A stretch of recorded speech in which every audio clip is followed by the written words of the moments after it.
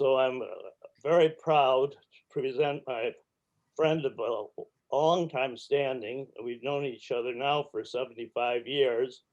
We hung out together in grade school and junior high school. Then we moved to 30 miles away, my family did. But we wound up going to the University of Michigan together, and he joined the fraternity that I belonged to. So in any event, we associated with each other there, and then he graduated in 1956, and that, to the best of my recollection, is the last time I talked to him. I've been, with the development of email, I reconnected with him, and but I don't remember how that came about, whether I found him or he found me. But in any event, we've been talking to each other for a very long time, and he's had a very interesting career. He was basically in the National Educational Association, employed by them as involved in the development of the integration of schools throughout the country. And he formulated programs for that, but he did much more than that. For example, he was the only Caucasian face I saw in the March Across the Selma Bridge back in 1965, flanked by Reverend John Abernathy, I believe it was his name, and John Lewis, who was a former congressman from Georgia. And he did have a photo of that he sent me. In fact, I think I've got a couple photos of that. What he's going to be talking about today is his connection with the events of Wounded Knee back in 1973, where there was an armed skirmish lasting about on and off about 71 days, as I recall. And he was asked by the Oglala Sioux tribes, with whom we've been associated for the past 15 years, this Rotary Club has been associated with. And so he's going to talk to us about his experiences there, and it's still a developing story. And so with that, I will introduce Boyd Bosma. I'm very proud to introduce him. Thank you. Okay. Let's see, can everybody hear me all right? Good. Tom, it's good to see you. It's been 65 years. Good to see you too, Boyd. And I've heard so much about Brattleboro. I'm excited to be here. One quick correction. I was not able to go to the 65 March, but in 1982, I helped lead 3,000 people across the Pettus Bridge in an event. I had just spoken at Brown's Chapel in Selma to 800 people.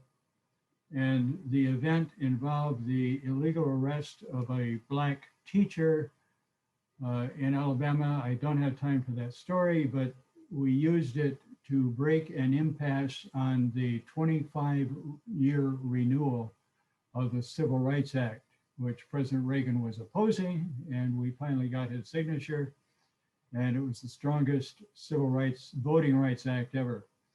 So, minor correction. Anyhow, topic today is Wounded Knee.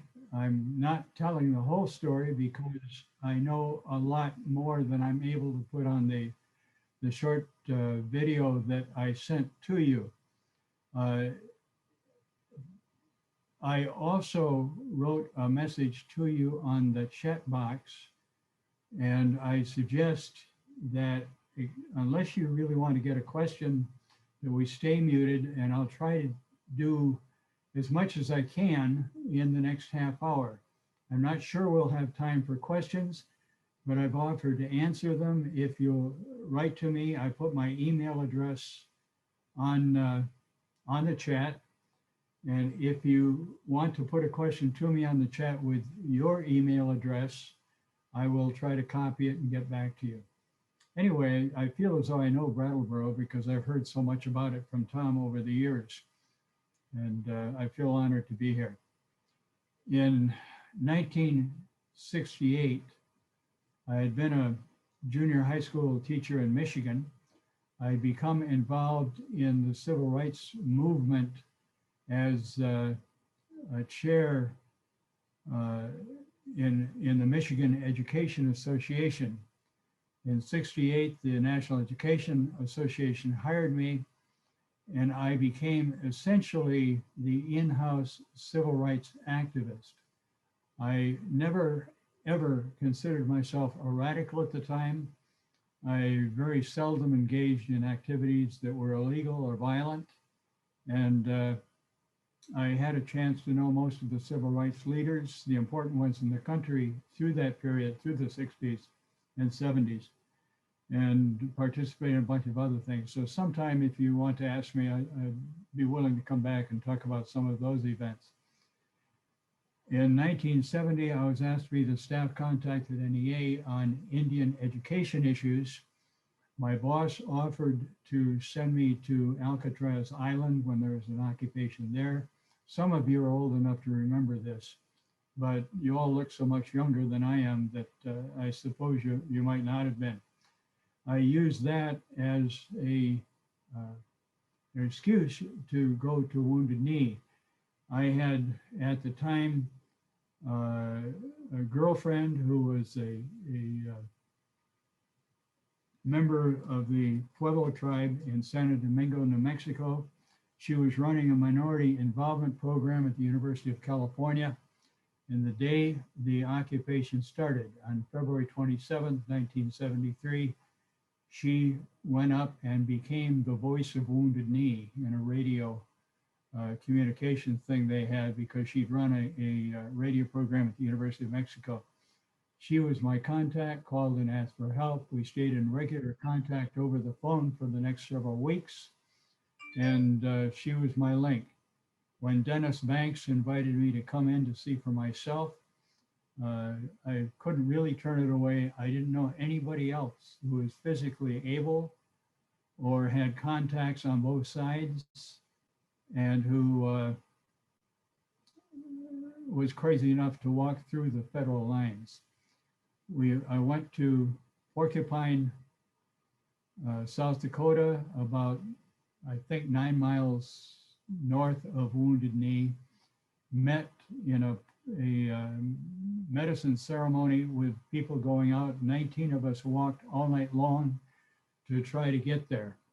About halfway, the warriors in the group abandoned me and 6 young people. One of them was presumably carrying Dennis Banks' personal machine gun, and they were carrying food and so forth to the village. And I stayed alone on a hilltop in the snow for over an hour. The other young people left me. I was about ready to give up, but knew it was my one chance to get into Wounded Knee. I thought I knew what the problem was, and I might possibly be of help, and I couldn't resist. A month earlier, John Adams, essentially the troubleshooter for the National Council of Churches, had been forced out of Wounded Knee, along with 60 representatives of the National Council. I was on the Racial Justice Task Force, and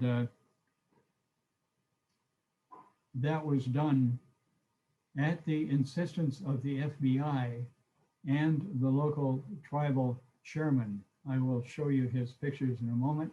Let's see if I can share the screen and we'll start the presentation.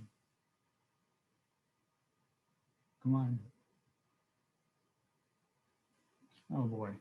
Are you seeing my, there we go. Are you seeing my screen now? Somebody unmute and tell me.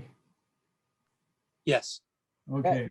I'm prone to having errors on things involving too much technology. In the background here is the St. Mary's Church, which became the symbol of Wounded Knee at the time, a couple of the warriors. I don't know that I knew either of these guys, but it was exciting.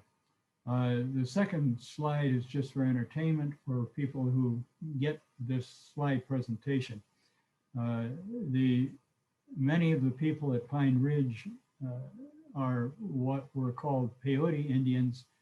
The Lakota, pretty common, but the local people had rituals and so forth, and I have some Indian music that I thought I'd let people listen to.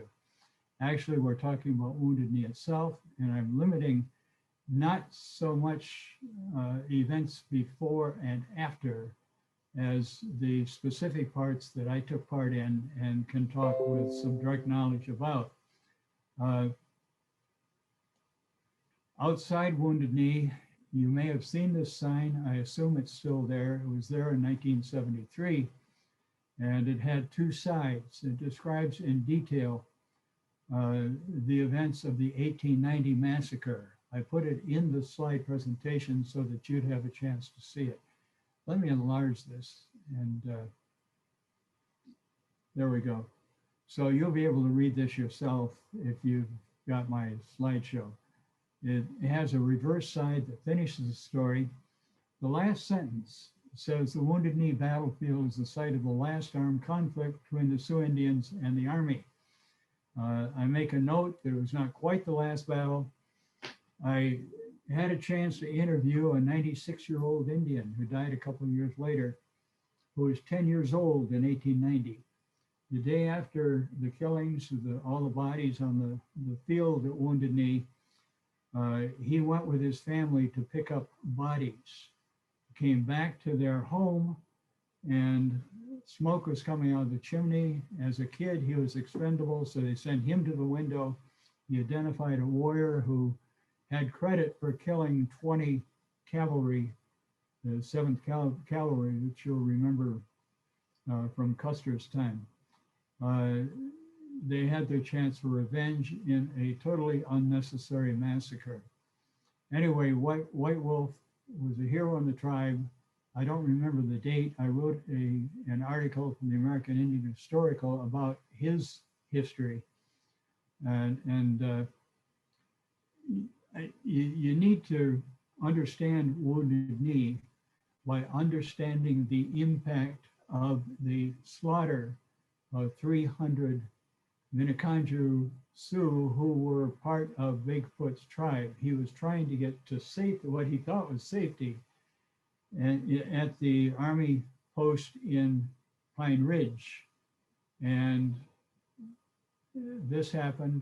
I have a picture of the guns that they used, and this is not a burial site in the lower right-hand corner, but an example of the size of the Indian encampment south of Pine Ridge at White Clay.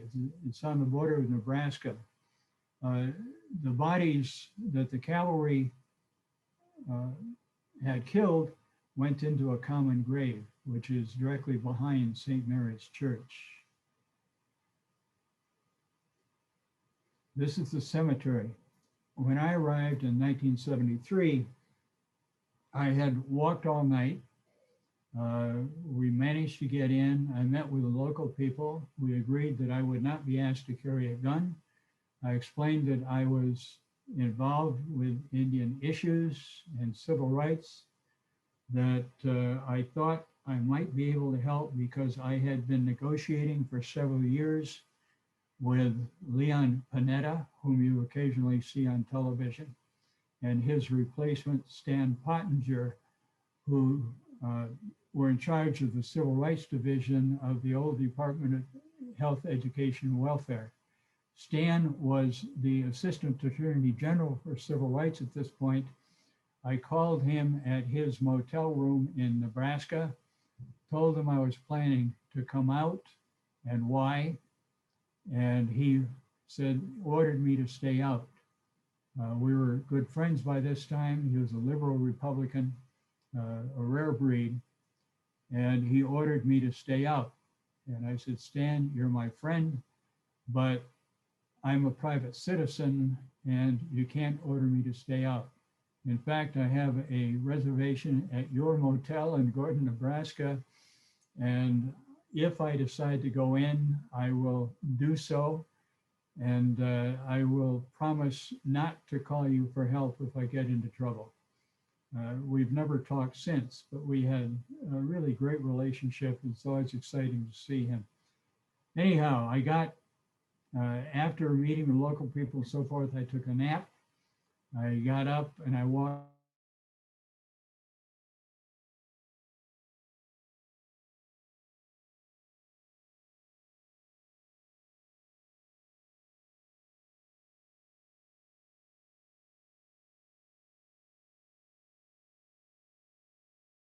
effectively maintained a reign of terror. A whole bunch of people had been killed. He replaced the tribal council. He and his brother were ripping off federal funds coming to the tribe. And in desperation, they met at a community center, a log building close to the home of my friends, the Mestis, who were the key to getting a solution. I'll let you read that on your own. The same thing for this slide. Dick Wilson's picture is in the corner. There's some more I should put. I was appalled when I found out what had happened. Dick Wilson had 2 federal grants under Nixon's Law and Order program. One of them, he bought 21 police cars. Every one of them was bashed in the front end within 3 months of the delivery of the cars, because they would drive up behind the old cars of the traditionals and bash them in from the back. And they would use, I talked at one point to a little village north of Pine Ridge, to the mother who was holding a baby, was killed when one of the VI police, who are actually members of the local goon squad that controlled bootlegging under Dick Wilson, and they would shoot into this village from the cars, from the police cars.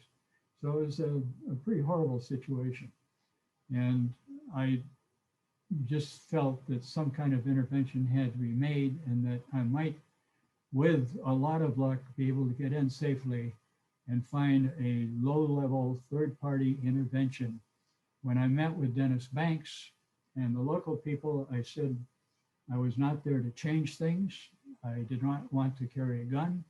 Told them my background and said I was there to help if I could. I really wanted to remain as neutral as I could, but I expected that they would be under pressure to try to end this soon, and that quite possibly an attack was imminent.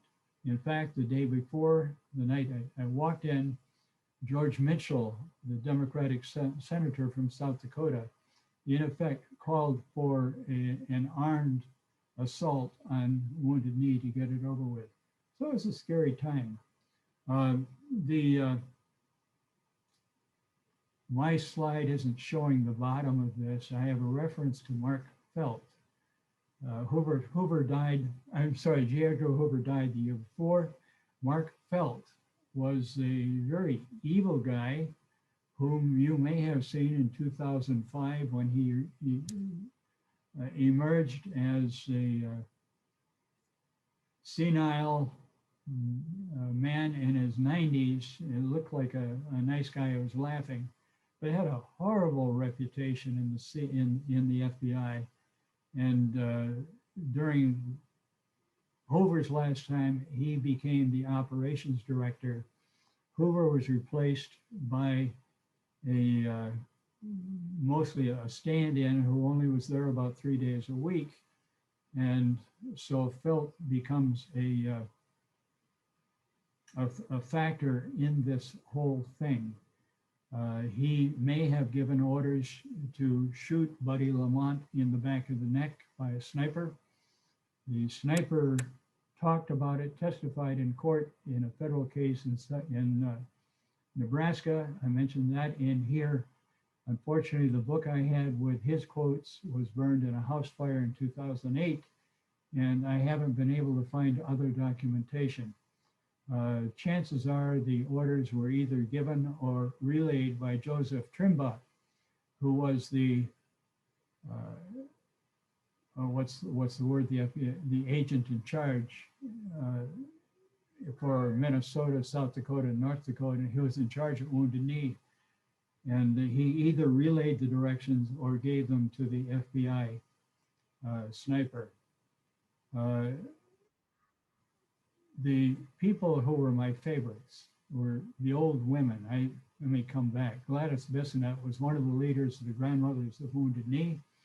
Her son, Pedro, I have another picture of him that I just found this morning, but this is the only one I could get before. In his car, he was killed on October 19th of 1973 by the Goon Squad, in it, which when I refer to them, I'm talking about the police force that Dick Wilson developed out of irregulars.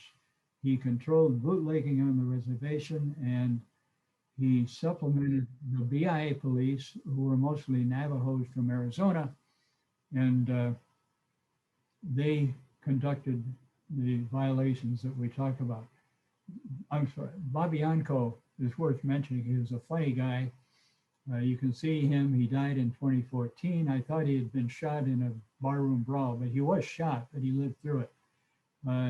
Bobby was famous because of the North Korean, the Chinese machine gun that he carried. It was broken and wouldn't work, and he had no ammunition anyway. I have another slide about that. My friends, the Mestis, were remarkable people. Francis was a roadman for the Native American Church, which later was legalized. We was the only group in the country permitted to use peyote as a controlled substance. And peyote plays some part, not so much in Wounded Knee, but in the culture of the people at Pine Ridge. Person on the right is a picture I finally found this morning. I could never find one of Pedro Bissonette. This is his funeral picture, and I checked his final words, and lo and behold, I finally had a picture, so I added it to this slide. It's not in the slides that you were sent. Buddy Lamont is not in this picture on the left. His grave is a notable place. If you ever visit Wounded Knee, you should find this, because there's a monument to the massacre of 1890 up here on the right, and a very nice memorial to Buddy at this space next to it in the cemetery, where the 300 bodies still rest. Buddy was shot by a bunker. As I said, it was turned out to be my last day there, and I had already decided that as he was shot on Wednesday afternoon, Thursday we had a peyote meeting, partly so I could prove my purification ritual, in which the only other white participant ran out screaming in the middle because it was so hot. These are some of the people of Wounded Knee. I love this picture. It's before I got in. There are a number of famous people. This is Dennis Banks. This is Bobby Anko. This lady is Gladys Lamont, who is nearly 90 years old and one of the favorites of everybody, and was the grandmother of Buddy Lamont. And behind is Diane Bird, who ran the radio and was my main contact in getting in. Carter Camp, and this is Pedro Bissonette. There are some other people I recognize. I think this is Annie Mae Aquash, who was murdered because of FBI evil doings. And she had a mock wedding with Nurkishnik behind her that was kind of a morale builder for the people there during the middle of the occupation. So to the extent they could, they carried on normal life. They declared themselves the independent Oglala nation and tried to secede from the country. At the church, the day I arrived, they were putting up a flag, and I was given a battle stripe, which unfortunately I lost later. And it was a dramatic time. Here's Gladys Bissonette again, but this is a picture of the grandmothers of Wounded Knee. If you get interested in this topic, there's dozens, hundreds of articles on the internet that you can explore, and you'll find out all kinds of great things. The Goon Squad was Dick Wilson's invention. The women who became the grandmothers of Wounded Knee were people who, led by 4 of them, including Gladys, who worked in an Indian heritage program under legislation passed during the Nixon administration. Wilson and his brother, after they had dissolved the tribal council, stole the federal money. And so the women organized, conducted a demonstration against what was going on. And they were the ones that caused 50 federal marshals to be sent in. And ultimately, in desperation, the people met in Calico, decided to go to Wounded Knee, and they let the story go that they were going to go down to Pine Ridge and occupy the Indian agency buildings there. Instead, they had 53 cars that got to the 4-way stop, and now there's a traffic light. But they got to the corner and drove on out the 17 miles from the town to Wounded Knee. A very large friend of mine in the Justice Department was waiting there and watching, was shocked with everybody else, ran 2 blocks to his car and followed them in. The next morning, the FBI, even though he was a staff member of the Justice Department, arrested him for helping do the takeover of the very small town of Wounded Knee. This picture, Fool's Crow, was the greatest chief in the region, was actually located some distance away. He was famous as a medicine man and a chief. His interpreter, Matthew King, always spoke because Fool's Crow refused to speak in English. He talked in English when I talked with him, and great sense of humor, but he had a very short education, was always ashamed of it. And so Matthew became his cover. Hank Adams was famous in his own right. Hank was a leader of AIM, but he had led the fishing war in Seattle over Indian fishing rights. He'd been shot. I'd met him before, but he had been shot twice in the stomach with a shotgun and survived. Here's the famous picture of Bobby Yanko holding up his broken AK-15. And it was funny because it was a great propaganda picture. The picture went around the world. And the John Birch Society, which Dick Wilson belonged to and promoted, actually put up billboards across the Midwest showing this picture of Bobby Yanko as a proof of Chinese involvement and the militancy and so forth. He was actually a very funny guy.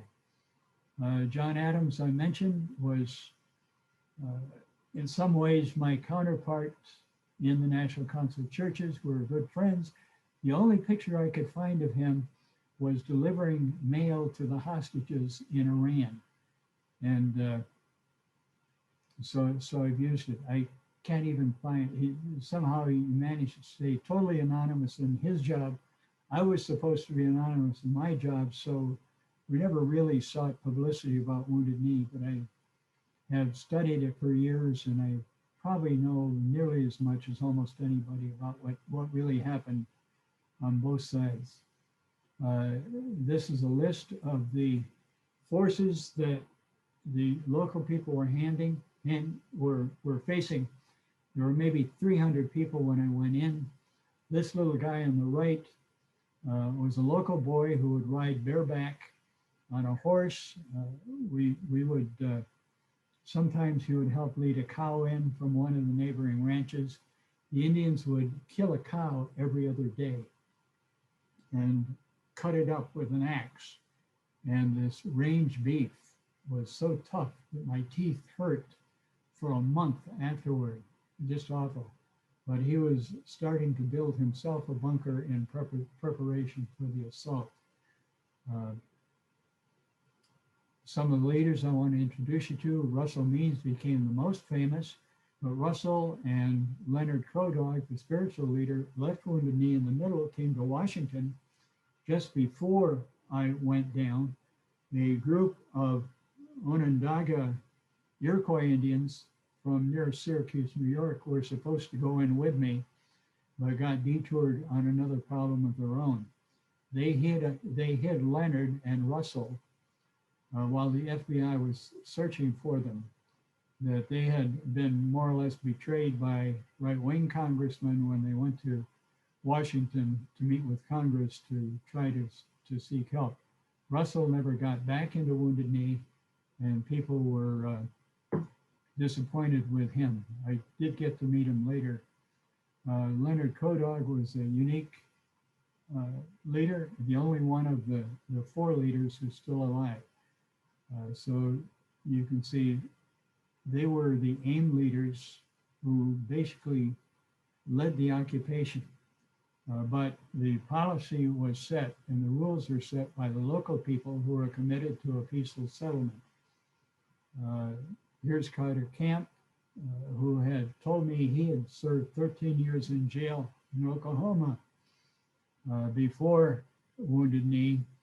And I don't remember the names of the other two guys, but I'm pretty sure I met them.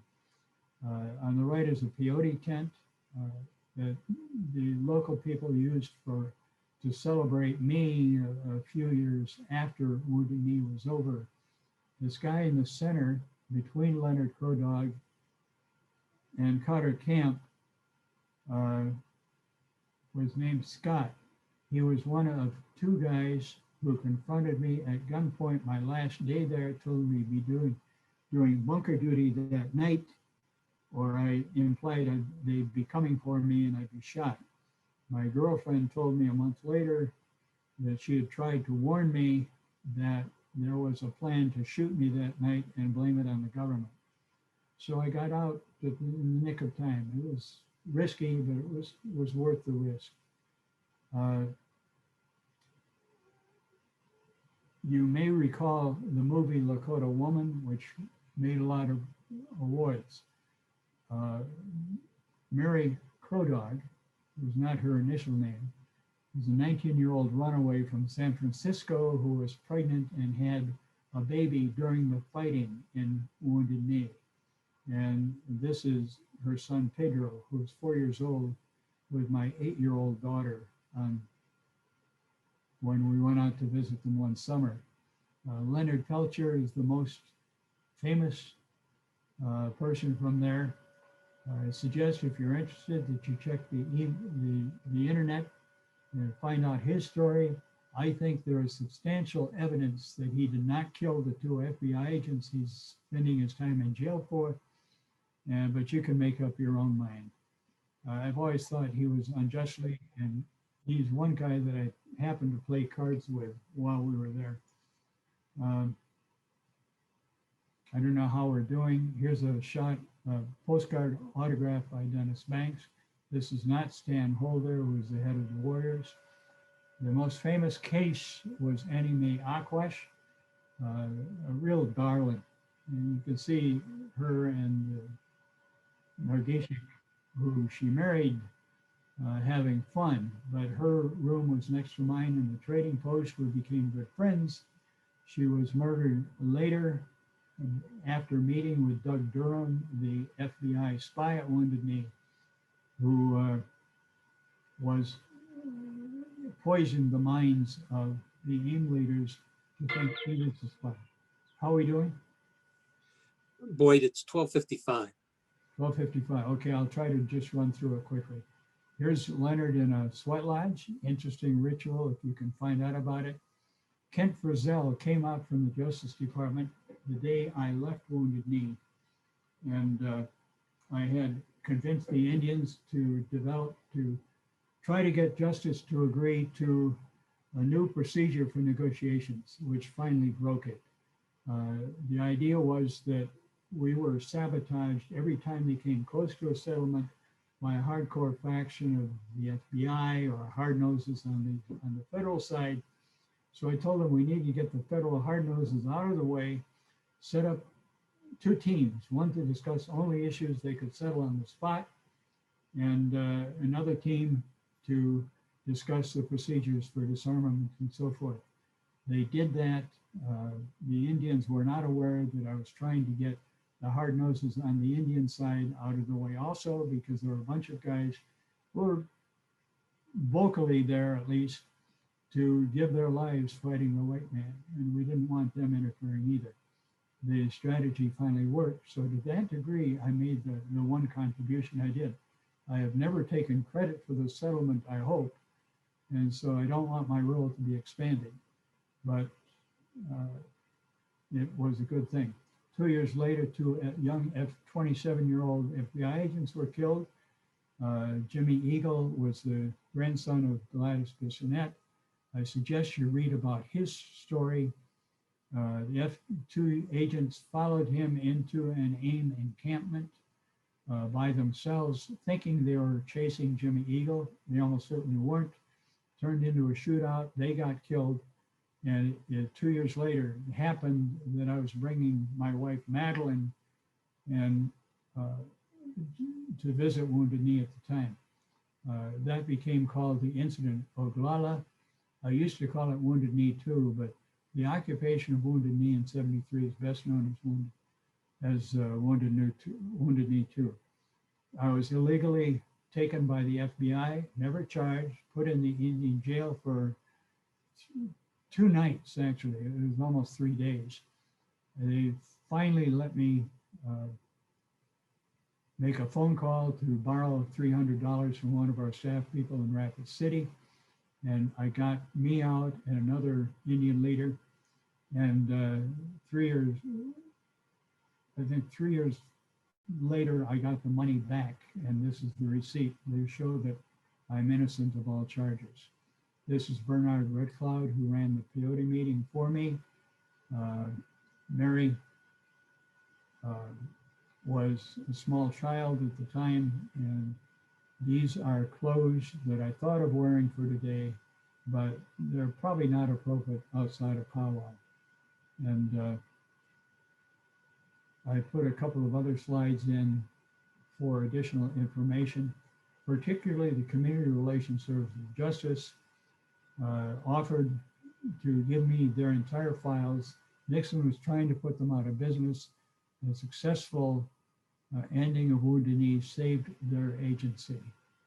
And so here are some children who were there and upon Pine Ridge, and that's the end of my presentation. So let's get out of screen sharing. Oh,